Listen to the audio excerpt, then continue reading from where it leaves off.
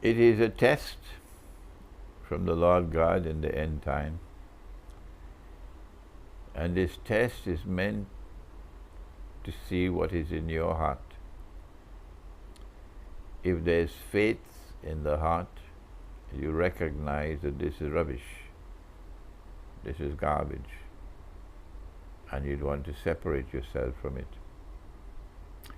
If there is no faith in the heart, then you recognize this as the best of all worlds. It's never been better. And you'll embrace it. And you'll dance with them every tune that they dance. Like the Pied Piper of Hamelin, and the Pied Piper will take you to your destruction. This is the drama unfolding in the world today, in the field of economics, in the field of monetary economics, in the political system, in the sexual relations and so on. Everything is happening.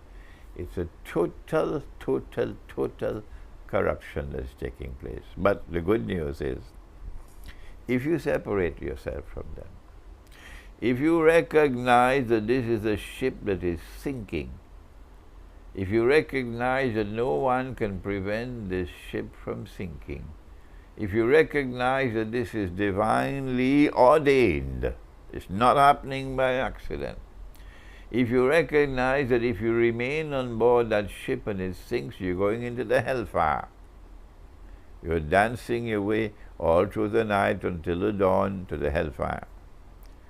Then what do? If you have faith in your heart, you get off the ship.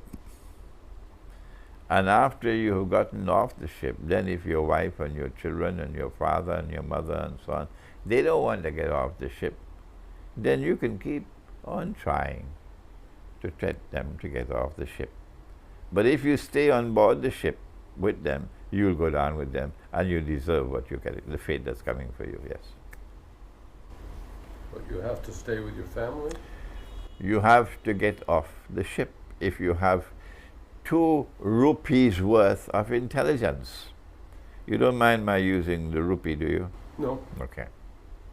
If you have 2 rupees worth of intelligence and knowledge, and you use the mental capacity, the intellectual capacity that the Lord God gave to you, then you will understand that if you remain on board the ship with your wife and your children and your father and your mother and your family, and the ship sinks, you go down with them, and you're a fool.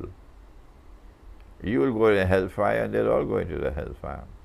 If you really love them, and you wanted to save them, and you had 2 rupees worth of intelligence, you'd get off the ship, even if you have to get off alone. And having gotten off the ship, you then try and struggle to try to get them to also come off the ship. You then have a chance to save them, yes. But if you remain on board the ship, you're a fool. Concerning the Muslim village, how do we go about moving to a Muslim village? Do you encourage people to move to an already existing village, or should we create our own? Some people are concerned that by creating and moving to a Muslim village, they'll become sitting ducks to be bombed and destroyed. My first answer is, there is no need for you to leave the cities in which you live, if you're comfortable there. If you have eyes and you can't see women dressed and yet naked, if you have eyes and yet cannot see women dressed like men, if you have eyes and yet cannot see the tall buildings, you cannot see alcoholism and drug addiction, you cannot see rampant prostitution, you cannot see genetically modified food and food corruption, you cannot see the corruption of education all around you in the cities, and you are comfortable in the cities. You do not see religion receding in the cities and godlessness taking over the cities. If you can't see these things and you want to stay in the city, I am not asking you to leave the city. No. you can stay. That's your choice. But we can see what you can't see. And when we see these things of which I've just made mention, we know it's time to move. If you don't want to move, then don't move. But why do you stop us from moving? Our perception is that this ship is sinking. Our perception is that nothing can stop this ship from sinking.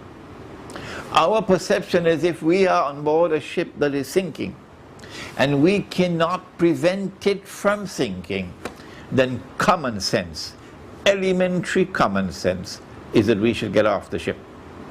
And that's what we're doing in moving to a Muslim village. If you don't want to do that, if you want to remain on board the sinking ship, go ahead and stay there. We're not forcing you to leave at all. That's your choice.